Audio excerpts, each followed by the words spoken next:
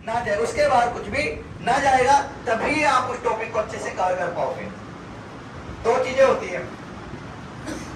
अच्छा, समझ में आ रहा है आप सबको?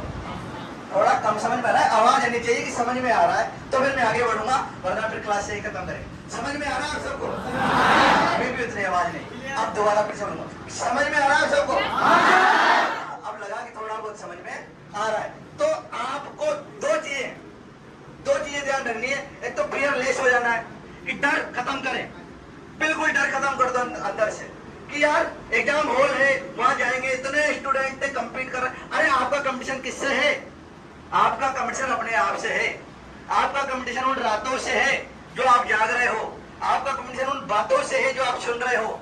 आपका कंपटीशन उन जज्बातों से जो भटक रहे हैं, वो माइंड जज्बात। और आपका कंपटीशन उन हालातों से है, उन परिस्थितियों से, कि यार माता पिता ने मुझे यहाँ कैसे भेजा।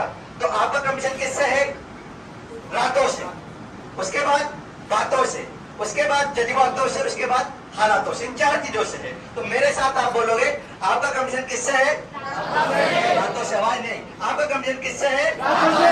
फिर उसके बाद आपका कंपटीशन किससे है? फिर उसके बाद आपका कंपटीशन किससे है? फिर उसके बाद आपका कंपटीशन किससे है? हालातों से। अगर आप इन चार चीजों से जीत गए, रातों से जंग लड़ ली, लोगों की बातों से जंग लड़ ली, जज्बातों से जंग लड़ ली और हालातों से जंग लड़ ली, तो दुनिया की फिर कोई ताकत आपको इन बैनरों में आने से नहीं रोक पाएगी। ये बैनर नहीं लगेंगे, फिर बैनर लगेंगे टीवी में, अखबार में, कि भैया फलाने ने फिजिक्स में 100 में से 16 आया, फलाना केमिस्ट्री में 100 में से 16 आया, मैथ में 100 में से 16, क्योंकि आपने क्वेश्चंस को भी पकड़ लिया अच्छे से और इन चारों चीजों से जंग भी जीत ली। और आप फियरलेस हो गए कि भैया मुझे खुद पर विश्वास है कि जैसी मैंने तैयारी की है वैसी किसी की नहीं है। तो अगर वैसा विश्वास अगर आपको अपने ऊपर है तो फिर आप जंग जीत जाओगे, और अगर वैसा विश्वास आपको खुद पर नहीं है तो आप जंग हार जाओगे। ये जंग ही है, ये जिंदगी की जंग है। जो जीतेगा वो पाएगा, और जिसके कान बंद है वो कुछ समझ ना पाएगा।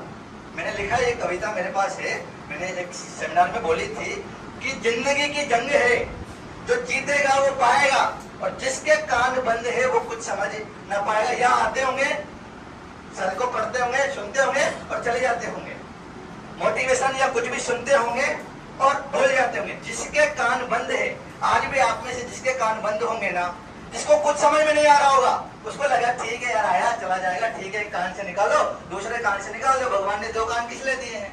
तो भगवान ने 2 कान दिए हैं, पर एक दिल भी तो दिया है ना।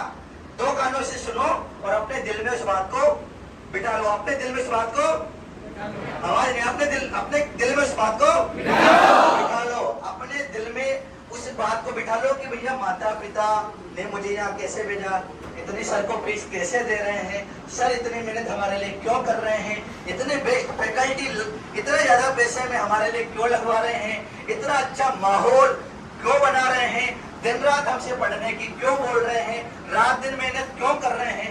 अगर इनका उद्देश्य होता पैसा कमाना तो नॉर्मल इधर उधर की फैकल्टी लाते, नॉर्मल टीचर को लाते, आपको पढ़ा देते, भगा देते। पर इनका उद्देश्य क्या है? इनका उद्देश्य है आपका भविष्य।